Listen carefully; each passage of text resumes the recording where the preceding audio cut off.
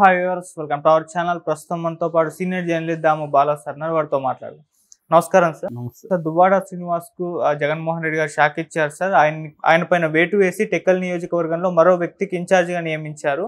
మరి అసలు ఈ జగన్మోహన్ రెడ్డి గారు తీసుకున్న నిర్ణయం పైన మీ ఒపీనియన్ ఏంటి? కొన్ని రోజుల నుంచి కూడా ఒక వివాదం అయితే చిక్కుకుంది, దాని అంశం మీద తీసేశారు అంటున్నారు. మీరేం చెప్తారు? అది యాక్చువల్గా మనం ఆల్రెడీ చెప్పుకున్నాం, తీసేసే పరిస్థితి ఉంది. యాక్చువల్గా ఎమ్మెల్సీగా కూడా రిజైన్ చేయమంటాడు జగన్ అని కూడా వార్తలు వచ్చాయి. ఎందుకంటే ఇప్పుడు అది పెద్ద తలనొప్పిగా మారిపోయింది. అతను పర్సనల్ విషయం కావచ్చు, కానీ ఇవాళ పర్సనల్ ఈజ్ పొలిటికల్ అనేది మామూలుగా ఫెమినిస్టులు చెప్తుంటారు. అది ఇంకా రాజకీయాల్లో అయితే పర్సనల్ అనేది ఏమి లేదు. ఇవాళ ఉన్న పరిస్థితుల్లో చిన్న పర్సనల్ ఇష్యూ ఉన్నా కూడా దాన్ని బ్లోఅప్ చేసేస్తుంది ప్రతిపక్షం. కాబట్టి ఇప్పుడు తెలుగుదేశం మీడియా వెరీ పవర్ఫుల్ కాబట్టి వాళ్ళ ఇష్యూని దాన్ని ఇంకా బ్లోఅప్ చేసింది. ఆల్రెడీ మనం చూసాము, విజయసాయి రెడ్డి విషయాన్ని కూడా తీసుకుని ఆయన చివరికి ఢిల్లీ హైకోర్టుకి వెళ్ళి తెలుగుదేశానికి సంబంధించిన 9 ఛానల్స్ మీడియా మీద ఆయన చర్యలు తీసుకోగలిగాడు, ఆపగలిగాడు.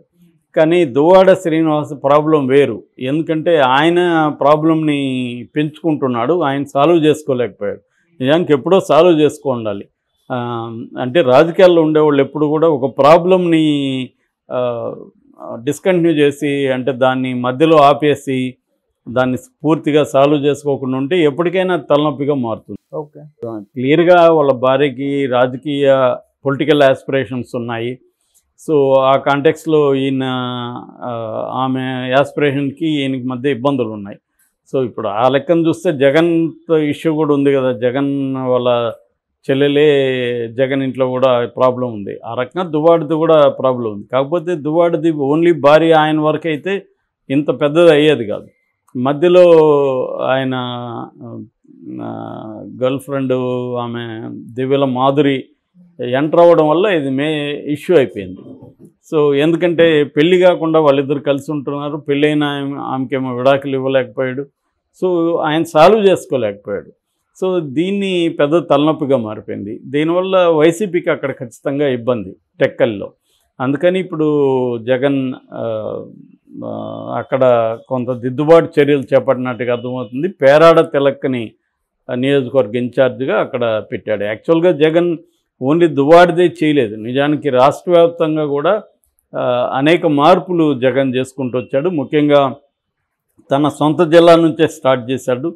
కడపలో కడప ఇన్ఛార్జిగా తన మేనమామ రవీందర్ రెడ్డిని పెట్టాడు. కమలాపురం ఇన్ఛార్జిగా అతని రవీందర్ రెడ్డి కొడుకు నరేన్ రామానుజరెడ్డి అతన్ని కమలాపురానికి ఇన్ఛార్జిగా పెట్టాడు.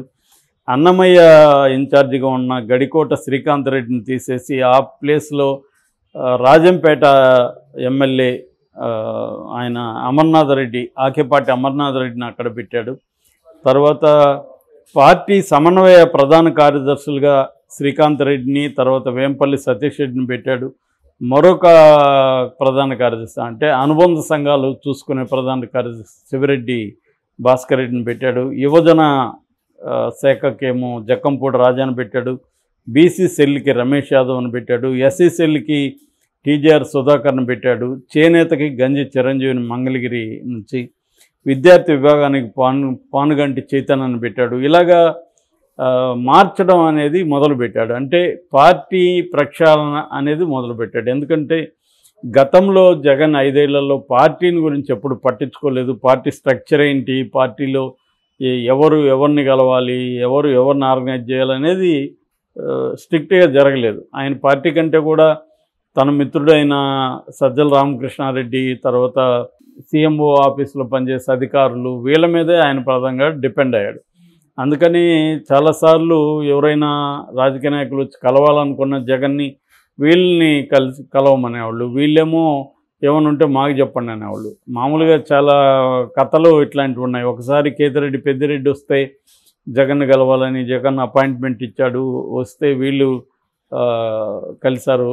మీరు మాకు జగన్కి చెప్పినట్టే మాకు చెప్తే చాలు అని వీళ్ళంటే, అసలు మీరు రాజకీయాల గురించి మీకేం తెలుసాయా, మీరు ఎప్పుడైనా సర్పంచ్గా కూడా చేయలేదు, మీకు చెప్తే ఏమర్థం అవుతుంది నా సమస్య, జగన్ కలిస్తే కలవమన్నాడు, లేకపోతే లేదని వెళ్ళిపోయాడు ఆయన. సో ఆ తర్వాత కూడా ఎప్పుడు జగన్ కలవలేదు అంటారు.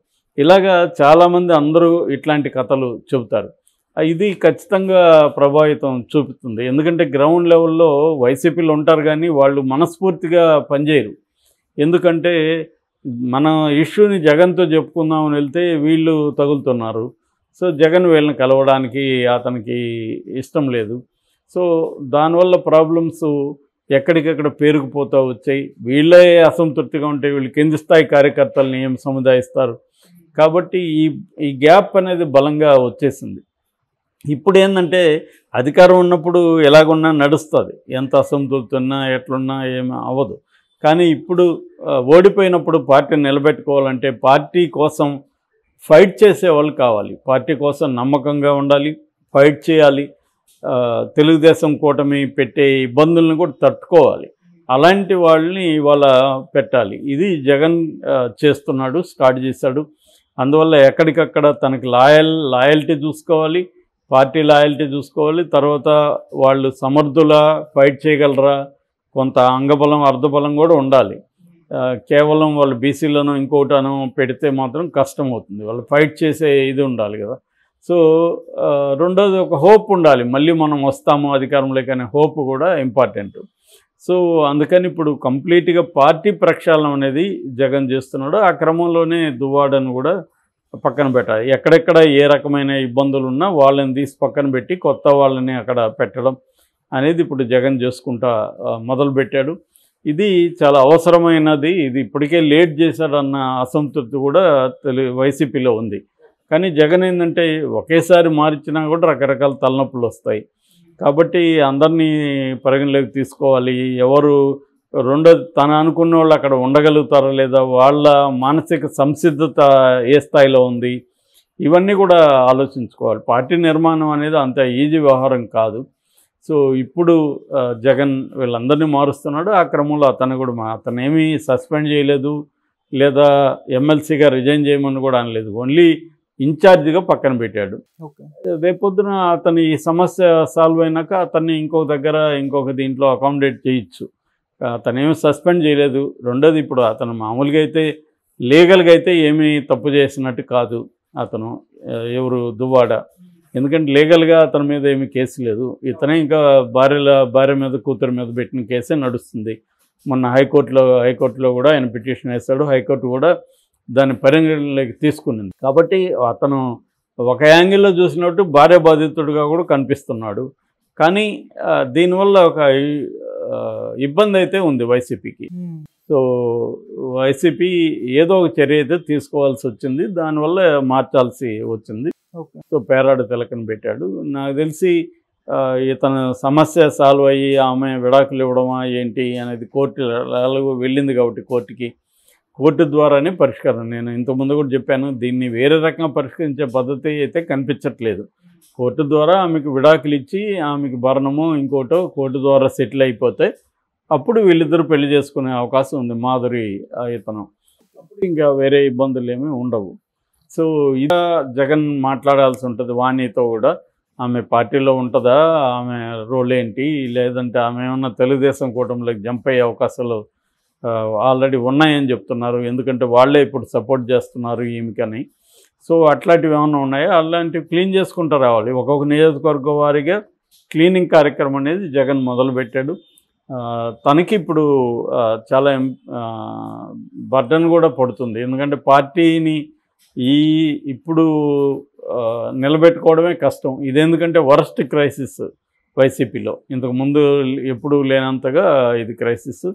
కాబట్టి మార్చుకుంటూ రావాలి, కొత్త వాళ్ళని పెట్టుకోవాలి. Okay sir, thank you so much.